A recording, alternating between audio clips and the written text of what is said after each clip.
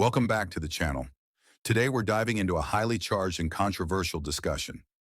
FBI Director Kash Patel has faced tough questions on three explosive topics: the January 6th Capitol riots, the Jeffrey Epstein case, and the shocking claims surrounding Charlie Kirk's assassination investigation. These issues are making waves not only in Washington, but across the nation. And we're going to break down what Patel said, what it means, and why it matters. Let's start with January 6th. This remains one of the most polarizing events in modern American history. Patel was pressed on what role the FBI played before, during, and after the attack on the U.S. Capitol. Critics have long accused the Bureau of either failing to prevent the chaos or, in some conspiracy-driven circles, of somehow being involved in instigating it. Patel responded firmly, emphasizing that the FBI had no operational role in provoking the violence. He stated that the Bureau's primary focus was intelligence gathering and threat assessment.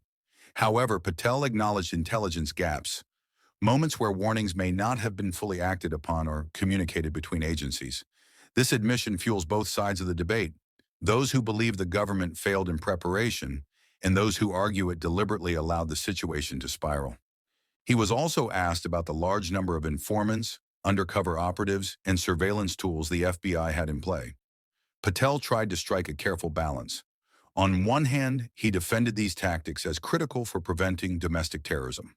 On the other, he dismissed claims that FBI operatives were actively encouraging people to storm the Capitol. For many watching, the tension remains unresolved. Was this simply a massive intelligence failure, or is there more beneath the surface? From there, Patel was pressed on another issue that refuses to fade away: the Jeffrey Epstein case. Epstein's death in federal custody has long been labeled suspicious by critics across the political spectrum.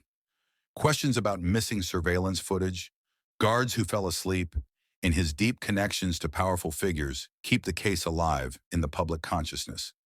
Patel was asked whether the FBI has suppressed evidence or downplayed leads involving high-profile individuals. His answer was sharp. He insisted that the Bureau is not protecting anyone, and that all evidence has been made available to prosecutors. Yet skeptics point out that so much about Epstein's network, the flight logs, the alleged blackmail material, and the people who may have been compromised, still remains under wraps. Patel added that cases tied to human trafficking and Epstein's associates are still open and active, but he stopped short of naming any individuals. For critics, that lack of transparency only deepens suspicion. For supporters of Patel, it shows a leader unwilling to risk ongoing investigations by revealing too much. Either way, the Epstein saga remains one of the darkest stains on America's justice system, and Patel's words have done little to close the chapter. Then came perhaps the most surprising and shocking question: the alleged assassination investigation connected to Charlie Kirk. Recently, Kirk has claimed that he was targeted by a credible assassination plot, raising alarm within conservative circles.